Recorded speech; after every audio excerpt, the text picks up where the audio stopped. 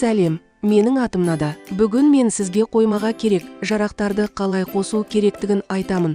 Осылайша постер тамақ пен сусынның құнын есептей алады. Алдымен қоймаға жеткізуді бастаңыз. Жеткізу қоймасы қойындысын ашып, жеткізуді қосу түймесін басыңыз. Тауарлардың қоймаға келетін күні мен уақытын көрсетіңіз. Егер сіз азық-түлікті алдын ала сатып алған болсаңыз, жеткізуді ретроактивті түрде жасаңыз, ол үшін ағымдағы түгендеу кезеңіне кіретін күнді, яғни соңғы түгендеу күнінен кешірек таңдаңыз. Жеткізушіні таңдаңыз, немесе тізімде жоқ болса, жаңасын қосыңыз. Тауарлар сақталатын қойманы және жеткізілім үшін төлейтін шот фактураны көрсетіңіз. Ингредиенттерді немесе өнімдерді және олардың мөлшерін таңдаңыз.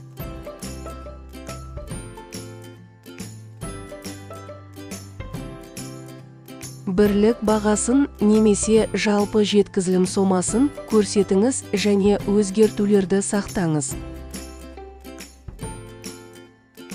Егер сіз жеткізілімде қате тапсаңыз, оны өңдеңіз. Сіз соңғы түгендеу күнінен кейін қосылған жеткізілімдерді өңдей аласыз. Қоймаға қораптағы немесе қаптамадағы керек жарақтарды қосу үшін орауыштарды пайдаланыңыз. Ол үшін орауыш қоймасы қойындысында орауыш қосу түймесін басыңыз.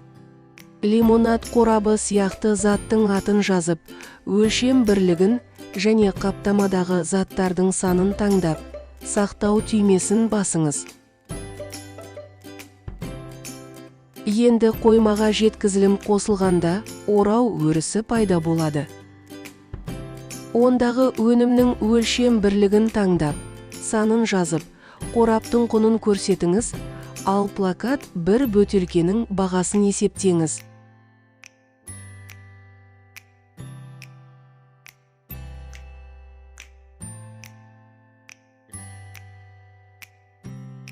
Ингредиенттерді қоймаға жеткізгеннен кейін постер тағамның құнын қалай есептейтінін көрейік. Мысалы, сіз саны мен құны әртүрлі лосостың 2 партиясын жасадыңыз. $24 15 келі және $27 8 келі. Постер ингредиенттердің өзіндік құнын орташа өлшенген әдіспен есептейді.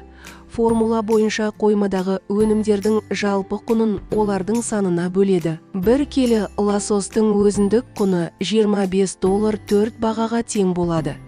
Ал плакат қауын қосылған лосос карпаччо карталарының құнын тағам ингредиенттерінің жалпы құнына қарай есептейді.